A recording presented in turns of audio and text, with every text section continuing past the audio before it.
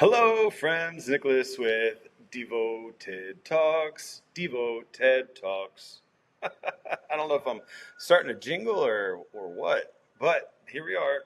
And we're taking ancient wisdom, blending it with modern techniques and understandings so that we can, in our little slice of the world, help end suffering for people. And just remember, at Devo, movement is the way. The way you move your thoughts, the way you move your mind, the way you move your body and spirit all influence your healing.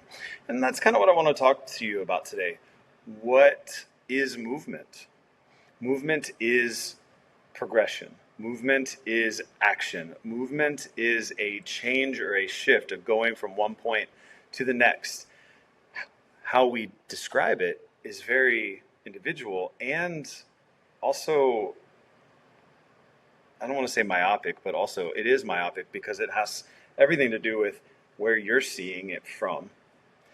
And so if there's as many interpretations of a movement as there is people observing it, then does it really matter what other people's opinions are unless you truly value your impact on them, right? I think there's religions out there that are very cognizant of the impact they have on the world, so much so that they try to make sure that they cause no harm to anyone or anything, including crushing bugs, so sweeping their path so that they don't step on animals or creatures accidentally and killing them. Now, if that is a path that makes sense for you and appeals to you and is very, natural to who you are, rock on, right? But that doesn't necessarily mean that that's the right way or the only path to making sure there's no harm. Maybe non-harm is trying to control the sphere from which you are in and make sure that that sphere doesn't harm others when it comes into contact with them.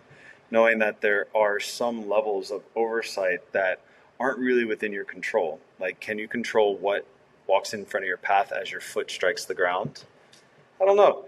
I think perhaps if you live in a state of meditation where you are very aware and connected, that you would be inclined to move at times when you wouldn't be likely to strike or kill or harm another in whatever way that is possible. But I think we could go off on a philosophical rabbit hole on that one for a long time. That being said, my friends, movement is the way. Movement is how you change. Movement is how you change your circumstances. Movement is a verb in all the ways possible. And verb suggests that it's dynamic and that it changes. And that is what we want in our life. If we do not change, if we do not grow, if we do not shift, we will perish, because now keeps happening over and over and over again, and now, and now, and now, and now. Even though they might sound the same, they were still all uniquely individual from the previous. And yet, depending on how the world is chopped up or perceived or transmitted, the perception may not reflect the same thing that it was. And so, what am I trying to say here? I'm trying to say that meditation and practicing of yoga allows for a clearer movement of mind, body, and spirit that allows for the greatest fruit to be born and the most productivity from a healthy standpoint to be achieved. And I'm not just talking about asana, I'm not just talking about the Yoga Sutras, I'm talking about this level of connection to self that is geared towards relationship with the very essence of who you are, of who we are as a species, as human beings, and the greater world that we exist in. And knowing that our world isn't one-dimensional, it's not just the physical realm, there's an energetic and multi-levels of planes that are stacked on and within each other, that some of which we understand and some of which we don't, and some of which we can't unless we actually take the time to subtly move inward with our awareness and perceptions, which is what yoga is calling us to do. Because if you don't know the inner, you can't know the outer. But the only way to get to know the outer is to begin to know the inner. And probably easier, because you can only go as far as space to explore the outer. But why are we looking so far outside? Like, our relationships with others, each moment that we have an interaction with somebody has a depth of analysis that is hardly scratched. Like, sometimes we're so focused on words that we hardly notice all the other things that are happening in that exact moment, in that snapshot of now. And so how do we get better at that? We get calmer, we get clearer, we get connected to self in a way that facilitates a true freedom of perception. And what do I mean by that? I don't know. I'm asking myself that so that I can clarify. As we continue to move towards a greater connection and relationship to self, freedom is attained in the structure of that relationship with the self, such that things that may be elusive and mysterious now will become perfectly clear once we're situated in self, because the self already knew the answers. And you could take that as big self or little self. Right? How many times did you realize that you perceived something and remember something but didn't know you remembered that? Like, for instance, I was talking in another podcast about knowing words and their definitions, but having zero conscious recollection of learning it in the first place.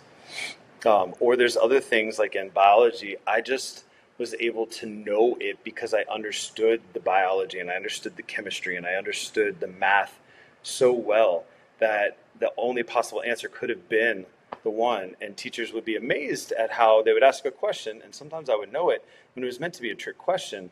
And I remember distinctly one professor looking at me and saying, "How did you know that?" And I said, "Well, obviously because of A, B, C, D." And she was like, "Yeah." And that's not to toot my own horn. That's just to say that when we get situated in self and we're living fully into the moment of who we are and what we can do and what we should do and what we will do, we have the freedom to explore all of this knowledge and knowable things contained within that. You know, there's this show called Limitless, and there's a movie that was the original before the TV show. And it's about this drug that causes people to tap into the full potential of their brain. And they're able to recall anything that they've ever seen, even just once, and put it into practice and functional use. Yoga, true yoga, not just moving your body in the room, which movement is the way, allows us to do this, more or less, right? And a lot of it actually pertains to the level of belief that we have that it does allow us to do that. And so if you believe that practicing yoga isn't really going to do that much for you, guess what your experience is going to be, right?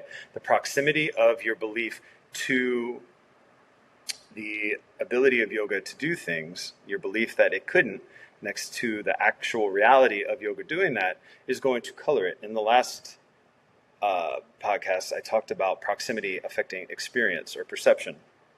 And so if we have negative beliefs in proximity to potential, then we're going to limit that potential or expound that potential. And it's all going to be based in how well we are situated in self. Because when we are perfectly situated in self, we have the freedom to choose what the proximity is, the freedom to choose whether that belief is accurate or belongs or not. And we are then able to expand who we are while still staying within the confines of our little bubble, our little meat suit on this physical plane right here, right now. I'm going to leave it right there, my friends. This is Nicholas. This was the DIVO-Ted Talks. Devoted Talks. Yeah. Be well, be free.